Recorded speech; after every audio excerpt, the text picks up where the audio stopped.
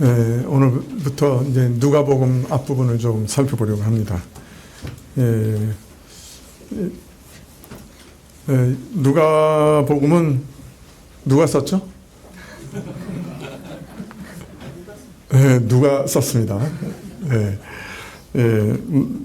헬라어 원전에는 카타루칸 이렇게 되어 있어요. 누가에 의한이라는 뜻입니다. 누가는 바울의 동역자였습니다. 바울에 따르면 그는 의사였다고 말합니다. 그런데 바울은 그를 사랑받는 의사다, 그렇게 얘기하고 있습니다. 그는 아마 헬라인이었던 것 같아요. 왜냐하면 골로새서 4장 10절부터 14절에 보면 바울이 골로새 교회에 자기와 함께하는 동역자들의 인사를 전하는데요.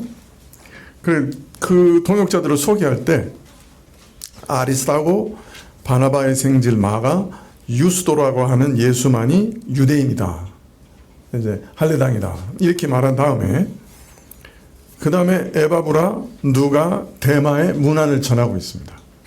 그래서 누가가 이방인 신자였다 하는 걸 이 말에서 짐작할 수 있죠. 그래서인지 모르겠지만 누가는 매우 고급스러운 헬라어를 사용하고 있습니다. 그 어휘도 아주 풍부하고요. 또 의사라서 그런지 몰라도 의학적인 용어도 상당히 자주 나옵니다. 누가가 바울을 만난 것이 언제냐? 아마도 바울이 지금의 유럽 로 건너가기 전에, 유럽이 이제 지금의, 그러니까 바울이 지금의 아시아에서 지금의 유럽, 그러니까 그 당시에 이제 마게도니아 지방이라고 하는 곳으로 건너가기 직전에 두로아라고 하는 항구 도시에서 아마도 바울을 만난 것 같아요.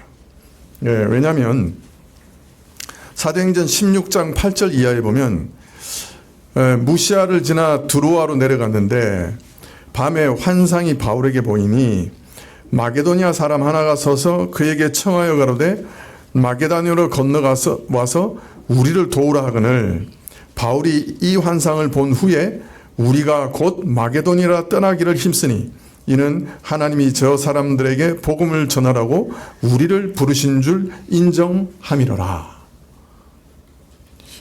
이 말에서 바울이 누가를 만났다고 하는 증거가 어디에 있죠?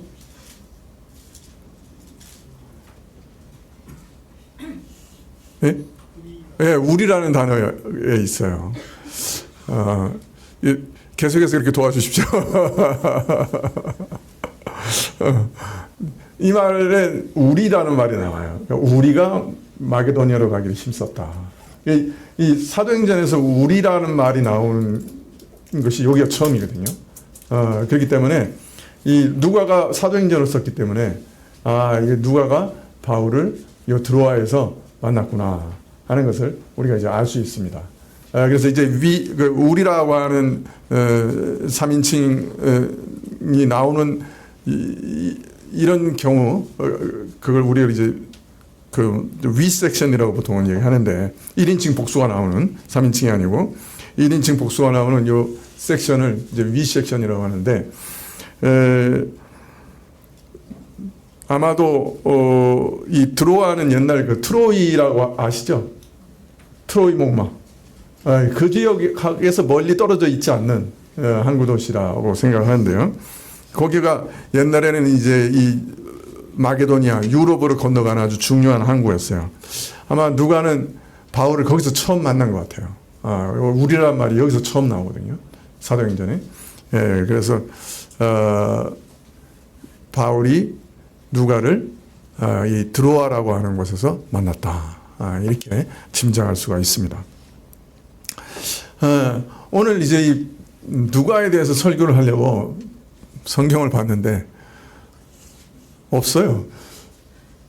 사도행전에는 누가 이름도 안 나와. 누가의 행적에 대해서 얘기하는 것이 뭐 이렇게 많지 않아요. 그래서 오늘 조금 그 이상한 얘기 하나 하고 이제 넘어가려고 그러는데, 근데 오늘 이렇게 보면 이 사도행전 방금 읽은 16장 8절 이하에 바울이 마게도니아로 건너가는 이 장면은 사실은 전체 인류 역사를 보면 이거 굉장히 극적인 장면 중에 하나예요. 왜냐하면 이 복음이 아시아 지역에서 유럽으로 넘어간 최초의 사건이거든요. 그 다음에 이제 유럽으로 넘어간 다음에 어떻게 됐어요? 로마로, 그 다음에 이거 로마에서 게르만 민족으로, 또 게르만 민족에서 온 서부 유럽으로, 그리고 서부 유럽에서 5대양 6대주로 이렇게 복음이 이렇게 전파돼 나가는 거거든요. 그러니까 이게 유럽으로 복음이 전파되는 아주 중요한 한 사건이란 말이에요. 자, 그런데 이 인류 역사에 있어서 아주 극적인 이 장면에서 누가가 어떤 기이한 역할을 한 것 같아요. 아주 극적인 역할을 담당한 것 같아요. 예, 오늘은 잠깐 그 얘기를 하려고 합니다. 이제 무슨 말씀이냐 하면은 이제 바울이 드로아까지 오게 된 상황을 조금 말씀드리면, 바울이 이제 2차 전도 여행을 시작했어요. 그래서 이제 갈라디아 지역이라고 하는 요사이 그 터키 지역에서 남부 지역이에요. 여러분 지도를 보면 터키가 이렇게 딱 사람 이렇게 손처럼 생겼어요. 그래서 이럴 때는 저거 사용하면 좋겠는데, 요렇게 터키 지역이 있는데 요 밑에 지역을 이제 갈라디아 지역이라고 해요. 남갈라디아인데, 이게 이제 이 갈라디아 지역에서 교회를 돌아보면서 복음을 전한 다음에, 근데 이상한 일이 막 일어났어요. 아주 순조로웠던 복음 전도 사역이 이 얼마 후에 가는 곳마다 성령이 막으셔서 복음 전도를 계속, 성령이 막으시니까 장애가 일어나는 거예요. 그래서 바울 일행이 먼저 갈라디아 지역 서쪽에 인접한 아시아 쪽으로 복음을 전하려고 했어요. 그러니까 이 아시아라고 하는 건 우리 지금 생각하는 아시아 이런 말이 아니고 지금의 소아시아. 그러니까 이게 이 터키 지역에서 이렇게 손이 이렇게 나와 있으면 여기 이제 에게 쪽으로 이렇게 손이 이렇게 뻗어 있는 거거든요. 그 에게 쪽으로 뻗어 있는 요 지역, 요 지역을 이제 지금 아시아라 그래요. 이게 그래서 여기 이제 뭐 에베소나 이런 중요한 도시들이 있죠. 이제 그쪽, 그러니까 바로 터키 남쪽에서 위쪽으로 올라가서 에게 연변에 있는 지역을 전도하려고 했는데 성령이 막으신 거예요. 어떻게 막으셨는지는 말씀이 기록되어 있지 않지만은 성령이 막으셨어요. 그래서 바울의 원래의 계획은 터키 남부 지역을 전도하고 이제 터키 중부 지역 중에 에게 연안을, 동부 연안을 복음화시킬 작정이었는데, 이게 원래 에베소는 그 동방에서 서방을 이렇게 그리스 쪽을 바라보는 아주 그 거대한 도시였거든요. 그렇기 때문에 이 에게 동부를 먼저 복음화시키고 이제 에게를 다음에 건너가서 서부 지역으로 건너가리라 이렇게 생각했던 것 같아요. 근데 하나님께서는 바울의 계획을 막으시고 에게 건너편으로 먼저 건너가게 하신 거예요. 그래서 에게 서부 연안으로 가서 빌립보, 데살로니가, 고린도, 즉 지금의 그리스 지역을 복음화시키셨던 거죠.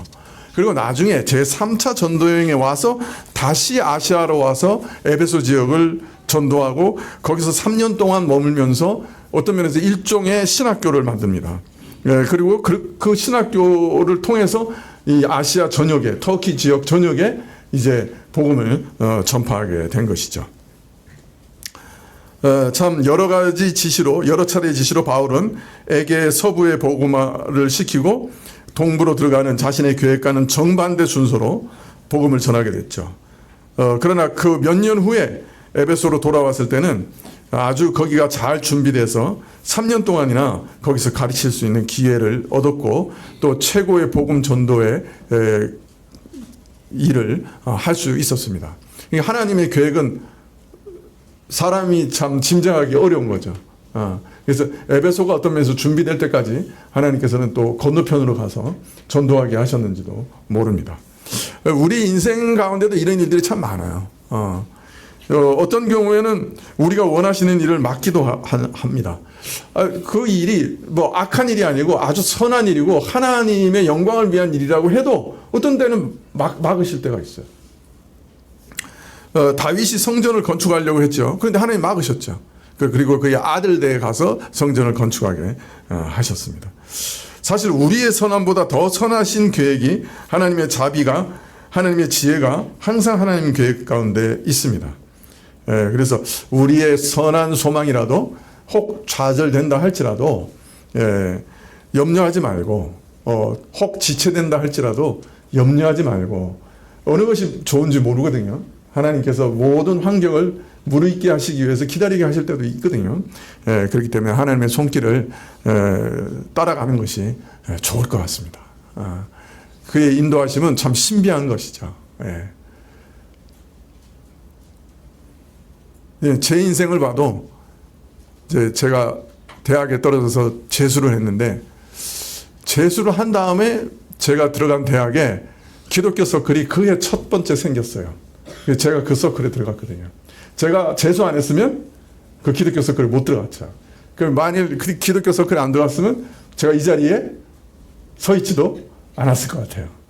뭔가 하여튼 하나님의 타이밍이 있어요. 인생에 보면. 그래서 지체된다고 해서 너무 참 하나님께서 왜 이렇게 지체하게 하시는가 이렇게 생각하지 않으시면 좋을 것 같아요. 그 가운데도 하나님의 선하신 계획이 얼마든지 있을 수 있다. 그런 것들을 이해하시면 좋겠습니다.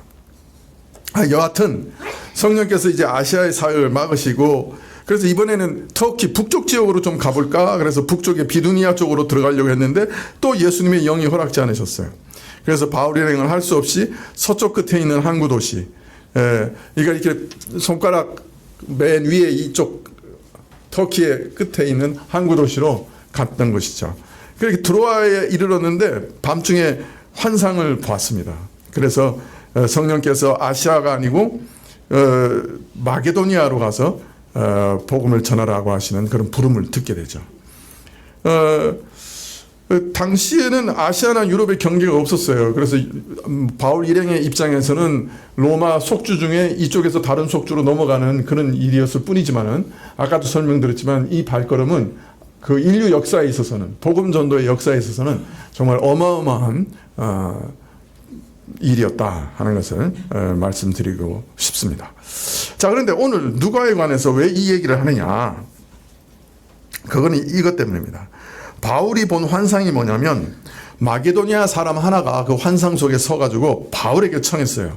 우리에게 속히 오십시오. 우리를 좀 도와주십시오. 그랬단 말이에요. 그런데 이제 이 장면을 이렇게 보면, 이 바울에게 나타난 인물을 볼 때 바울이 저 사람은 마게도니아 사람이라고 깨달을 수 있는 그런 환상이었던 거죠. 그러니까 어떤 사람이 서서 우리를 와서 속히 도와주세요 하는데, 바울이 딱 보니까 그 사람이 어느 지역 사람이요? 마게도니아 지역 사람인 거예요. 그래서 이제 마게도니아로 가야 된다 생각을 한 건데, 그러면 이 바울이 봤을 때 그 누굴 봤냐 말이에요. 자, 만일 마게도니아 사람하고 터키 사람하고 복장이나 말이 다르다고 하면 금방 알 수 있죠. 환상 속에 인디안 이 깃털 옷을 입고 깃털 모자를 쓰고 딱 서 있으면 저 사람 인디안이네 이렇게 알 수 있잖아요, 우리가. 한복을 딱 입고 서 있으면 저 한국 사람이네 이렇게 알 수 있잖아요. 그런데 그러면 터키 사람하고 마게도니아 사람하고 옷이나 풍습이 달랐느냐? 안 달랐어요. 누구 때문에? 마게도니아에서 태어난 한 위대한 사람 때문에. 누구? 알렉산더 대왕. 알렉산더 대왕이 터키 지역을 다 점령한 다음에 다 헬라화 시켰기 때문에 언어도 헬라어 쓰고 옷도 똑같은 것 입고, 그러니까 환상 속에서 마게도니아 사람이 서 있거나 터키 사람이 서 있거나 그게 마게도니아 사람인 줄 알 수가 없는 거예요. 그래서 어떤 학자들은 그 환상 속에 나타난 사람이 알렉산더 대왕이라는 거예요. 그 당시에도 알렉산더 대왕이 이렇게 조각이나 그죠? 동전이나 이런 거 있으니까, 이게 바울이 유대하고 타소에만 살았기 때문에 이 그리스 지역의 사람을 누군가 저 사람이 마게도니아 사람이야 라고 알만한 사람을 교제했을까 이전에 조금 그럴 가능성도 있지만 그렇지 않을 가능성도 훨씬 더 높은 거죠. 그러니까 이제 학자들 중에는 그 알렉산더 대왕이 나타났다 이렇게 주장하는 사람도 있는데, 그런데 혹자는 사도행전 16장 10절에 우리라는 말에 주목합니다. 바울이 드로아에서 누구를 만났어요? 누가를 만났어요. 근데 누가가 어디 사람이냐 하면은 나중에 이제 우리라는 말을 추적해 보면 이제 이 일행이 이제 빌립보로 넘어가거든요. 이 빌립보라는 말 자체가 이 알렉산더 대왕의 아버지 이름을 딴 거예요. 빌립에. 그러니까 그 빌립보 지역에 넘어갔는데 그 우리라는 말이 빌립보 지역에서 끊어져요. 그러니까 이제 누가는 빌립보에 남은 거예요. 그 다음에 이 바울 일행이 저 밑으로 내려갔죠.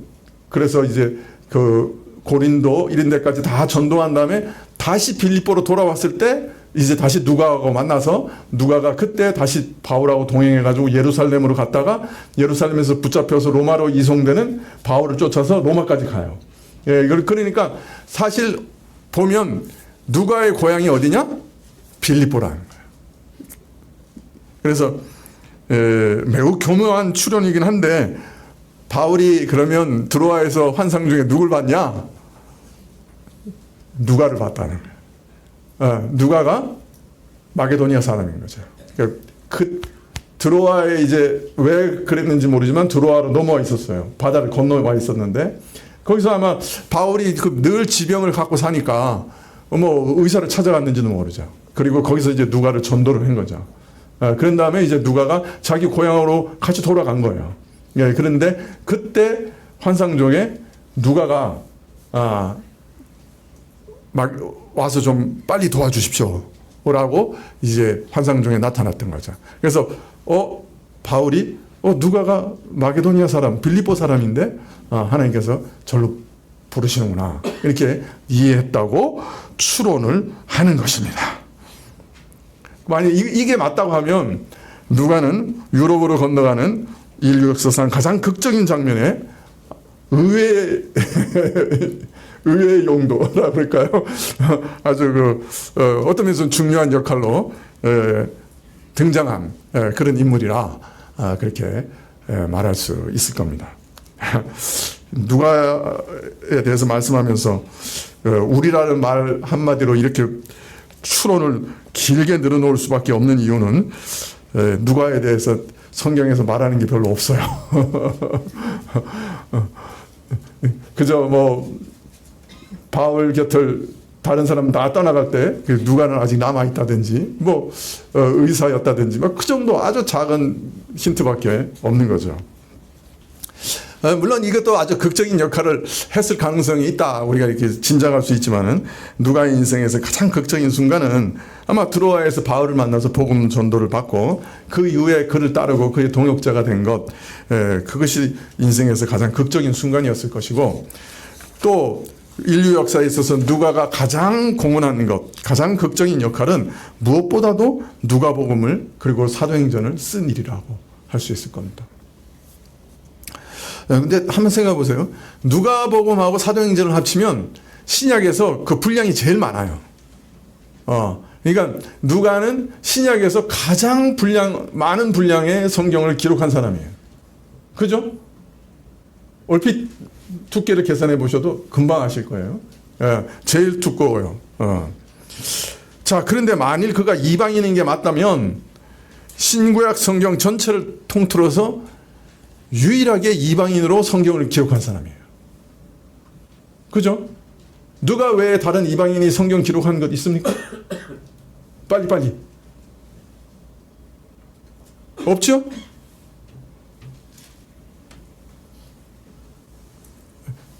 구약 전체는 유대인이 썼고 신약 전체에서 이방인으로 쓴 게 누가 있어요? 없죠? 누가밖에 없어요. 놀랍죠?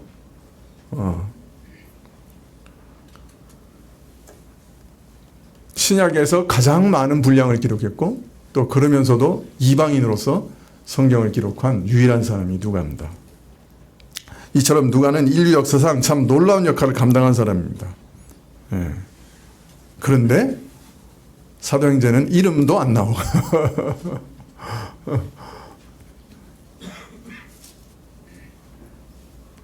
자, 오늘 우리 읽어드린 1절부터 4절에 보면 누가에 이어서 또 등장하는 한 다른 인물이 나와요.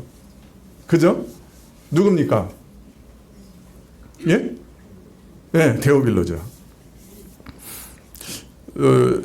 이 성경은 다양한 형태의 글들이 있어요. 시도 있고 편지도 있고 또 역사서도 있는 것 같아요. 시편은 문학 형태가 뭐죠? 네? 시죠. 네. 바울 서신은 문학 형태가 예? 편지죠. 네. 사무엘 사가는 역사서? 그러면 요한계시록은? 네? 요한계시록은 아마도 희곡일 아닐까? 예. 이거 확정적인 건 아니지만 희곡일 가능성도 많이 있다. 복음서는 그 형태가 어떤 문학 형태죠? 복음서는 문학 형식이 시 아니죠? 편지 아니죠? 희곡 아니죠? 역사서? 전기? 위인전? 위인전? 위인전은 원래 어디가 이렇게 많이 기록되어 있어요? 위인은 원래 태어나서부터 달라. 그래서 태어나서부터 어린 시절이 쫙 기록되어 있는 게 위인전이죠. 그죠? 전기도 마찬가지죠. 근데 복음서는 예수님 태어나서 공생애를 시작하실 때까지 기록이 거의 없어요. 누가복음만 약간 정말 한 사건만 딱 기록하고 있지, 성전에 계시는 예수님에 대해서 부모가 예수님 잃어버렸을 때 성전에서 찾은 일, 그거밖에는 기록된 게 없고, 예수님은 어릴 때 기록이 하나도 없어요. 이게 전기도 위인전도 이거 아니에요, 사실은. 그리고 전기하고 위인전 같은 경우는 시간적 순서로 뭐 20살, 21살, 그죠? 50, 60 이렇게 시간 순서대로 보통은 기록하는데 복음서는 사실은 그런 순서가 아니에요. 나중에 이제 우리가 읽어보면 알겠지만은 대체적인 시간은 맞지만은 탄생, 사역, 죽음이라고 하는 대체적인 순서는 맞지만 중간에 사역의 순서는 아무리 맞추려고 해도 사복음서를 맞출 수가 없어요. 왜? 그 시간 순서대로 안 돼 있고 의무 순서대로 돼 있기 때문에. 자, 그러면 복음서는 어떤 형식이죠? 문학 형식이? 복음서라는 형식이에요. 네, 인류 역사상 한 번도 존재해 본 적이 없는 하나님의 아들에 대한 이야기를 인류 역사상 한 번도 존재해 본 적이 없는 형식으로 기록해 놓은 것이 복음서예요. 그래서 복음서의 특성을 잘 이해해야 우리가 이 복음서를 읽을 때 약간의 그 오해를 하지 않을 수가 있어요. 이게 예수님 일어난 순서대로 기록된 게 아니거든요. 네, 그래서 그런 것을 잘 이해하면 복음서를 이해하는 데 좀 도움이 됩니다. 자, 그런데 이 누가는 그래서 이 복음서라고 하는 아주 독특한 문학 형식을 가지고 있는데 이 복음서라는 문학 형식과 더불어 편지라는 문학 형식을 가지고 있어요. 이게 누가복음 독특성이에요. 예, 그래서 어떤 면에서는 이게 수신자가 있는 거예요. 그래서 오늘 데오빌로는 이 누가복음의 최초 수신자예요.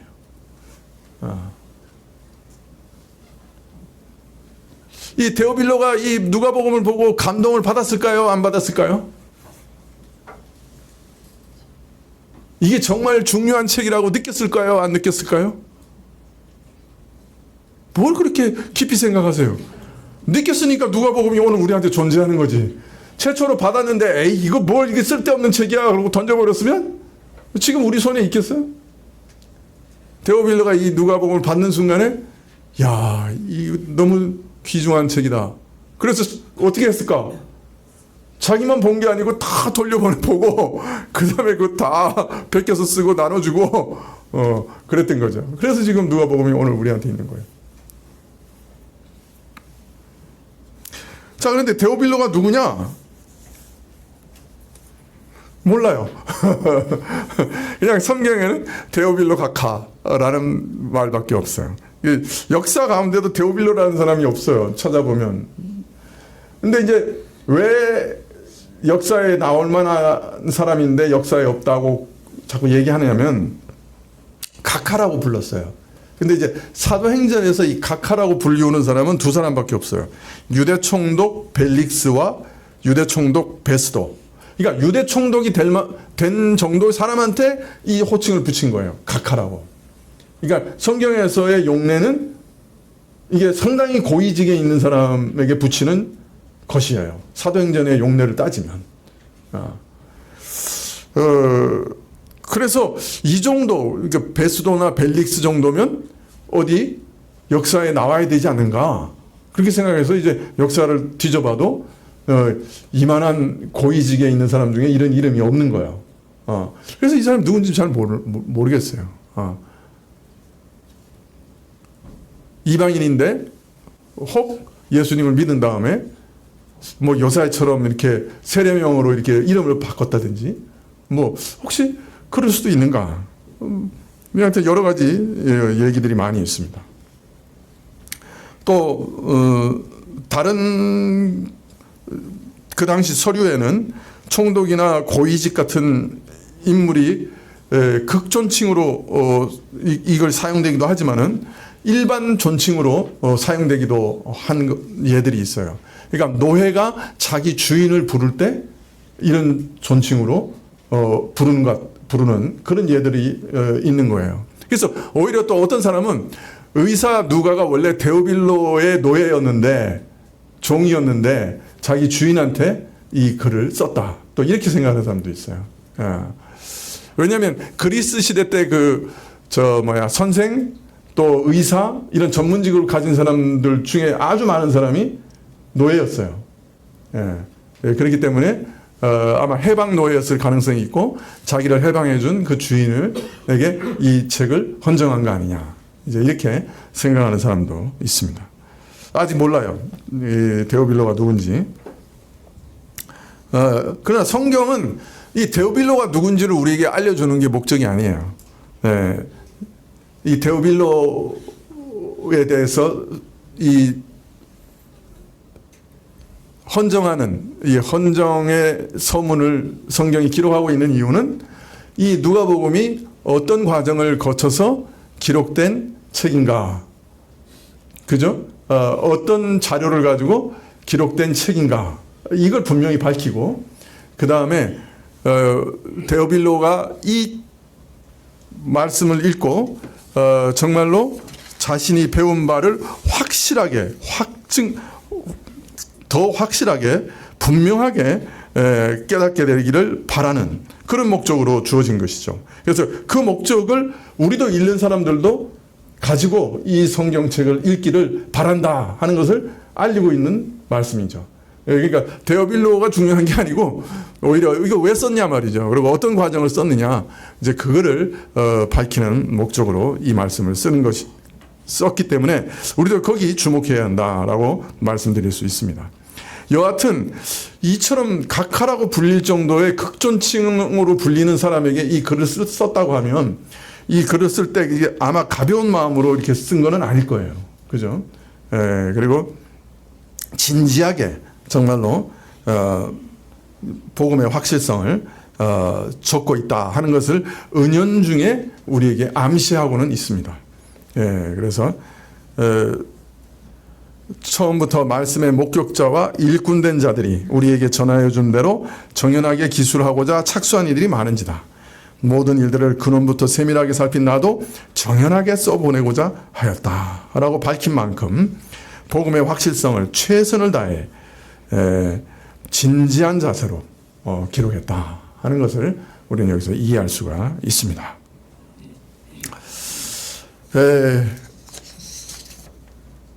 말씀을 마치려고 합니다.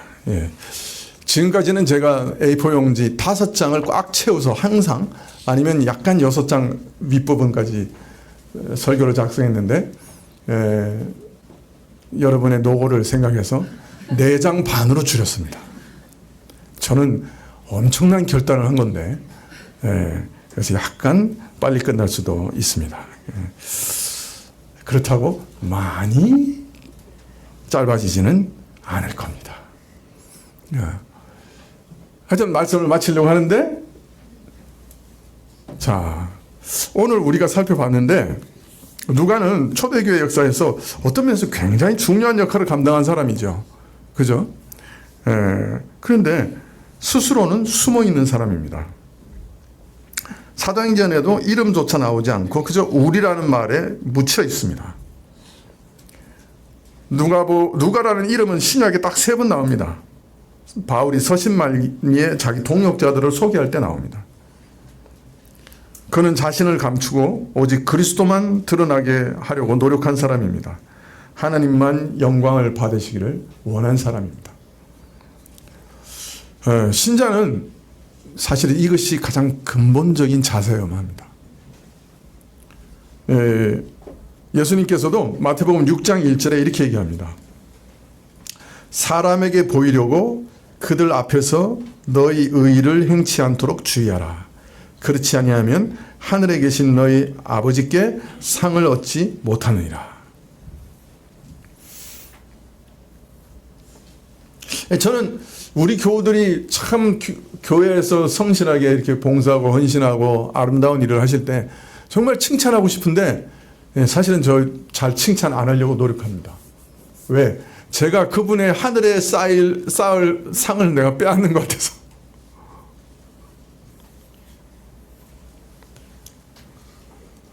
예수님께서는 우리 삶의 근본 자세를 말씀하시되 신자는 오직 하나님만을 의식하며 살아야 한다고 말씀하고 계시는 것이죠. 우리 생애의 지상 목적이 무엇이냐? 오직 하나님만을 기쁘시게 하며 매사에 항상 하나님을 의식하고 하나님만 의식하고 하나님의 뜻만을 순종하는 것. 그것이 우리 신자의 근본 자세여야 한다. 그래서 사람들 앞에 보이려고 행하지 말아야 한다. 만약 그렇지 않으면 하늘에 계신 아버지의 상을 얻지 못할 것이다.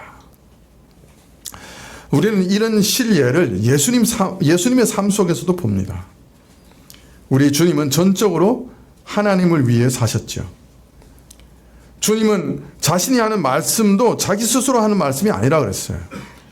또 그가 행하시는 모든 일도 아버지께서 그가 행하라고 하신 그 일을 행하셨다고 말씀합니다. 주님의 온 생애는 하나님을 영화롭게 하는 일에 바쳐져 있었습니다. 자신을 결코 생각하신 적이 없습니다.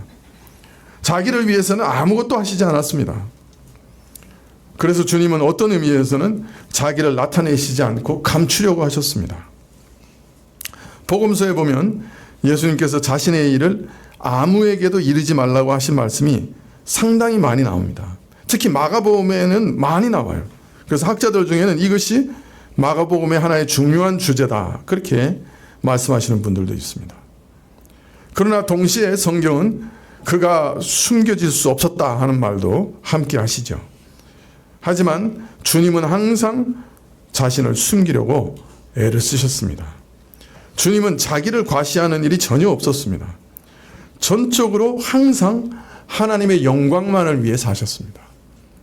다른 사람이 자신을 주목하고 칭찬하고 따르는 것도 조심스러워 하셨습니다. 그래서 주님은 나는 내 영광을 구하지 않고 나를 보내신 이의 영광을 구한다고 말씀하실 수 있었습니다. 주님은 또 이러한 사실을 부정적인 표현으로 이렇게 말씀하셨습니다. 요한복음 5장 44절에 너희가 서로 영광을 취하고 유일하신 하나님으로부터 오는 영광을 구하지 아니하니 어찌 나를 믿을 수 있겠느냐. 또 누가복음 16장 15절에서는 사람 중에 높임을 받는 그것은 하나님 앞에 미움을 받는 것이니라. 사람 중에 높임을 받는 그것은 하나님 앞에 미움을 받는 것이다.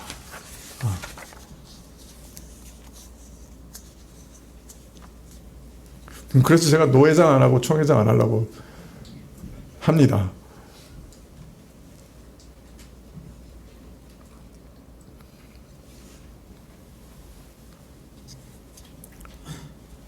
그래서 누가는 자신이 기록한 사도행전에서도 자신의 이름을 감춥니다.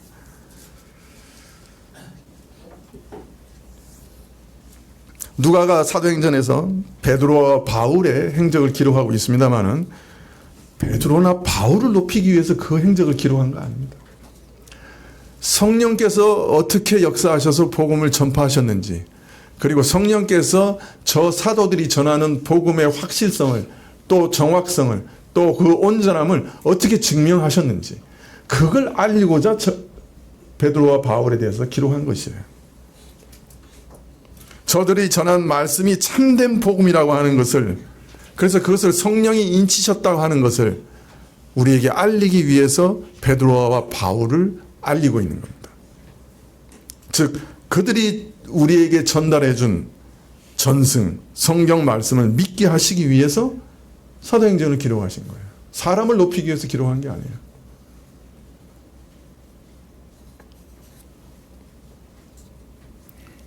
로마에 가면 베드로 대성당이 있는데 그 대성당 앞에 가면 성경의 위인들이 쭉 동상으로 서 있습니다. 거기도 베드로도 있고 바울도 있고 요한도 있고 엘리야도 있습니다. 엘리야는 그 동상에 보면 칼이 막 들고 있는데 칼날이 막 이렇게 850명을 쳐 죽여가지고 칼날이 다 무뎌진 거 이렇게 들고 있습니다. 성경하고는 얼마나 배치되는 모양새인지 모릅니다. 바울과 베드로는 자기 동상이 로마 교회 앞에, 성당 앞에 그렇게 전시되고 있는 것을 보면서 하늘에서 가슴을 칠 겁니다.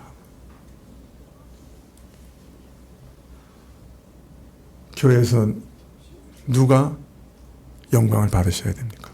누가 주목을 받으셔야 됩니까? 그리스도 한 분밖에 없어요.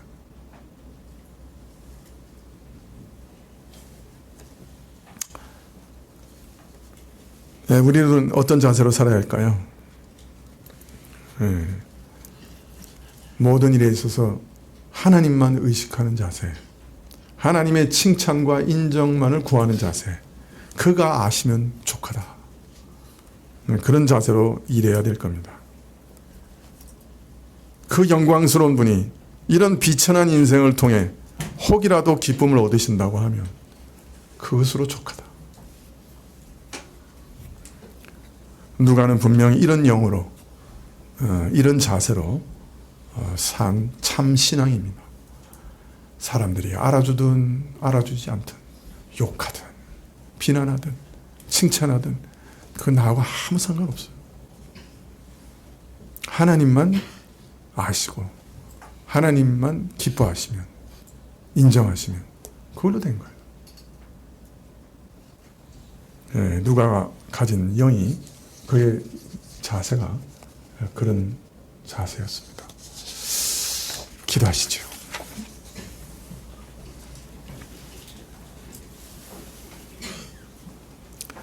아버지 하나님, 성경에 기록된 한 사람의 인생을 살펴보면서 우리가 교훈을 얻었습니다.